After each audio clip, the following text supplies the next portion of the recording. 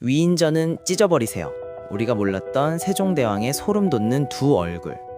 여러분, 대한민국 국민이라면 누구나 존경하는 인물 1위. 만원짜리 지폐 속 인자한 미소의 주인공, 바로 세종대왕이시죠.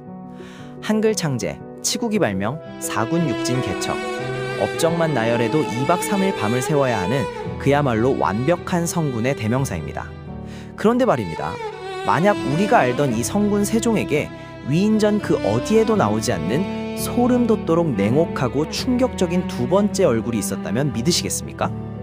자신의 며느리들을 가차없이 궁 밖으로 내쫓아버린 비정한 시아버지, 신하들이 과로 살 지경까지 몰아붙인 조선 최악의 악덕 상사, 그리고 고기 없이는 단 한 끼도 밥을 먹지 못했던 지독한 육식주의자.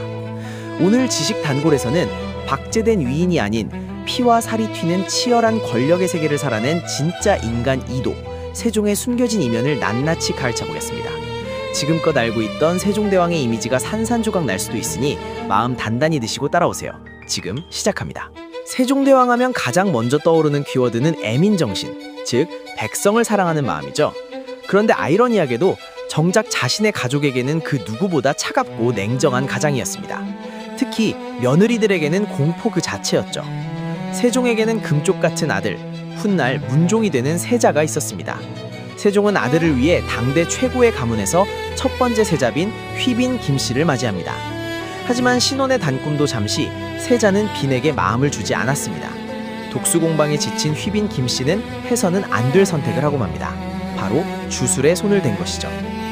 세자가 좋아하는 궁녀의 신발을 태워 가루를 내서 술에 타먹이면 사랑을 되찾을 수 있다더라. 심지어 뱀이 교미할 때 흘린 정액을 수건에 묻혀 차고 다니면 된다는 지금 들어도 엽기적인 민간요법까지 동원하려 했습니다. 이 사실을 알게 된 세종의 반응은 어땠을까요? 우리가 아는 인자한 할아버지처럼 쯧쯧 오죽했으면 그랬겠느냐며 타일했을까요?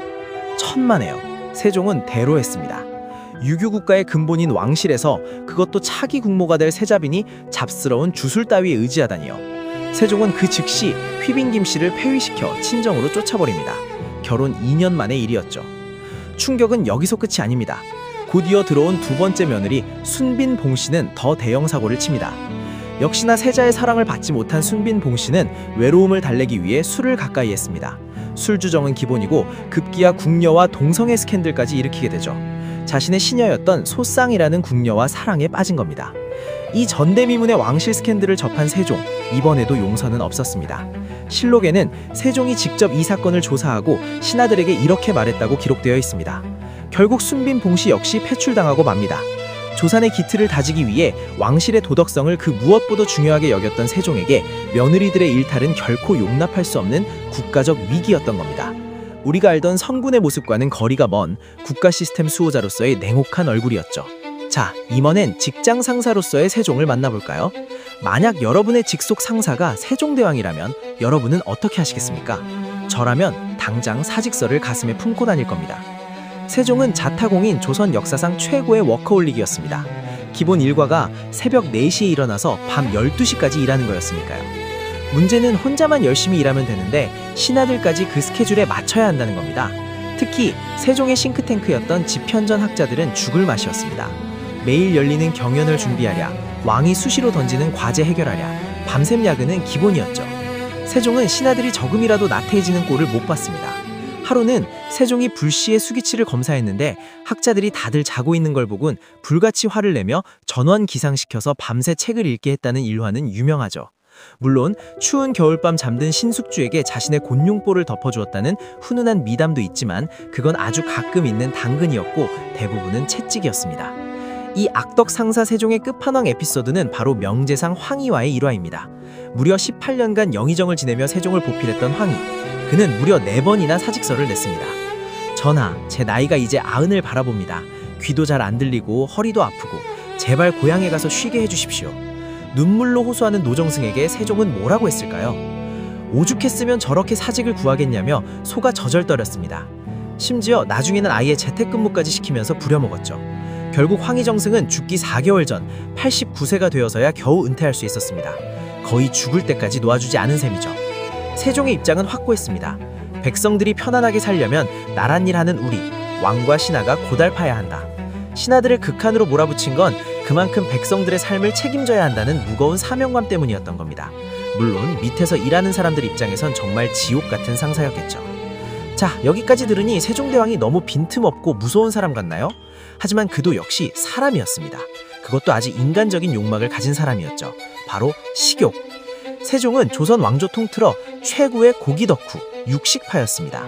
오죽하면 태종이 죽으면서 남긴 유언 중에 이런 말이 있을 정도였죠. 4대의 고기를 끊지 마라. 죽은 뒤에 내가 저 얼렁을 가면하더라도 주피란 피어 부소빙을 마시지 못함으로써 내가 혼백되어서 되돌이라고. 박생문연. 원래 유교 국가에서는 부모님이 돌아가시면 3년 동안 고기를 끊는 것이 예법인데 아들이 고기 못 먹어서 병날까봐 특별히 허락해 준 겁니다. 세종은 어려서부터 책 읽는 법만 좋아하고 운동은 죽기보다 싫어했습니다. 거기에 식성은 엄청난 육식 위주였으니 결과는 뻔했죠. 비만, 당뇨, 고혈압, 안질, 피부병. 재위기간 내내 온갖 성인병을 달고 살았습니다.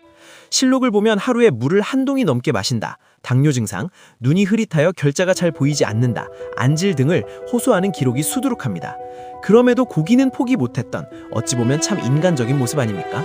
신하들도 걱정이 돼서 권하기를 전하 제발 운동 좀 하십시오. 사냥이라도 좀 다니시지요. 라고 권했지만 세종은 요지부동이었습니다.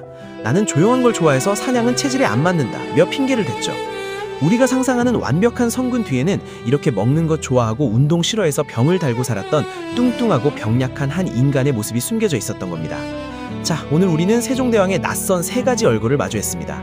며느리를 내친 비정한 시아버지, 신하를 혹사한 악덕 상사, 그리고 자기 관리 못했던 병약한 인간. 어떤가요? 세종대왕에 대한 환상이 좀 깨지셨나요? 하지만 저는 오히려 이 모든 결정과 비정함이 세종을 더욱 위대하게 만든다고 생각합니다. 그가 그토록 냉혹하게 왕실길감을 잡고 신하들을 들볶으며 밤낮 없이 일했던 이유는 단 하나였습니다. 바로 자신의 백성들, 단골 여러분 같은 평범한 사람이 조금이라도 더 배부르고 더 편안하고 더 억울한 일 없이 살 수 있는 나라를 만들기 위해서였죠. 그 치열하고 처절했던 노력의 결과가 바로 우리가 지금 쓰고 있는 한글이고 찬란했던 조선의 전성기였습니다. 자신의 건강을 맞바꿔가며 나라의 기틀을 다진 것이죠. 위인전에 박제된 완벽한 성군이 아니라 수많은 문제와 한계 속에서도 끊임없이 고민하고 투쟁했던 인간적인 지도자였기 때문에 우리는 그를 진정으로 존경할 수 있는 것이 아닐까요? 오늘 이야기가 흥미로웠다면 여러분의 구독과 좋아요는 저희에게 큰 힘이 됩니다.